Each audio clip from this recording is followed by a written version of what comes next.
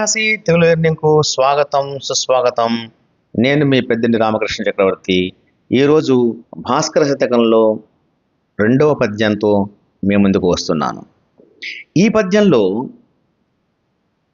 శతకకర్త మనకి ఏం చెప్పదలుచుకున్నాడంటే, అందరికీ అవసరాలు ఉంటాయి. ఎవరికి అవసరమైనప్పుడు వారు సహాయం చేయటం కోసం సిద్ధంగా ఉండాలి. వారి బంధువులు కావచ్చు, స్నేహితులు కావచ్చు. ఎవరికి ఎప్పుడు ఎలాంటి అవసరం వచ్చినా మనం వాళ్ళని ఆదుకోవడానికి ప్రయత్నం చేస్తే మనకు అవసరమైనప్పుడు వాళ్ళు కూడా అంతే మనకి సహాయం చేస్తారని చెప్పడం కోసం ఆయన మంచి దృష్టాంతాన్ని తీసుకున్నాడు. అదేంటో మనం ఇప్పుడు చూద్దాం. అక్కరపాటు వచ్చు సమయంబునన్ చుట్టములొక్కరొక్కరిన్ మొక్కువనుద్ధరించుటలు మైత్రికింజూడక యుక్తమే సుమి యొక్కట నీటిలో మెరకనోడల బండ్ల నోడలున్ దక్కక వచ్చుచుండుట నిదానముగాది తలంపు భాస్కరా.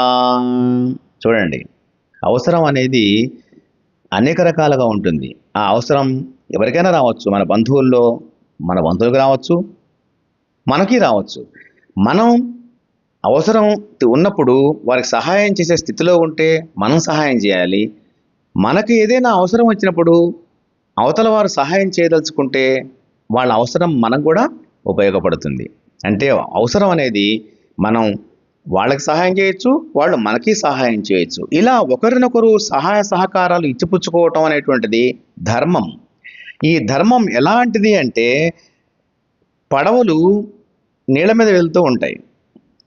అలాంటివి వెళ్ళేటప్పుడు బండ్లను కూడా తమ మీద ఎక్కించుకొని తీసుకెళ్ళి అవతలు దింపుతుంటాయి. అదే పడవ నేల మీద వెళ్ళాల్సి వస్తే బండి మీద వెళ్తుంది. బండి దాన్ని పైన ఎక్కించుకొని ఆ పడవని ఏ నది ఒడ్డుకో తీసుకువెళ్తుంది. అలా నీళ్లలో ఉన్నప్పుడు బండిని మోసుకువెళ్తుంది, నేల మీద ఉన్నప్పుడు బండి పడవని తన మీద మోసుకువెళ్తుంది. ఇలా అవసరాలు అనేటువంటి ఎవరికి ఎప్పుడైనా రావచ్చు. అలాంటి అవసరాలు వచ్చినప్పుడు మనం వాళ్ళని ఆదుకోవాలి అని చెప్పేటువంటి ఉద్దేశంతో మనకి భాస్కర శతకకర్త ఈ దృష్టాంతంతో మన ముందుకు వచ్చారు, మనతో చెప్తున్నారు. ఇది మనం అన్వయం చేసుకోవాలి. అవసరాలని అందిపుచ్చుకోవాలి, అవసరాలకి మనం ఉపయోగపడాలి. మళ్ళీ మనకి ఇబ్బంది అయినప్పుడు మనం అవసరాన్ని పొందాలి. ఇది గుర్తుపెట్టుకొని అందరూ అన్వయించుకోండి. ఎవరికి ఏ అవసరం వచ్చినా సహాయం చేయండి. మళ్ళీ అది మీ అవసరానికి ఖచ్చితంగా ఉపయోగపడుతుంది. తెలుగు భాషను కీర్తిద్దాం, తెలుగు భాషను ప్రేమిద్దాం. ధన్యవాదాలు.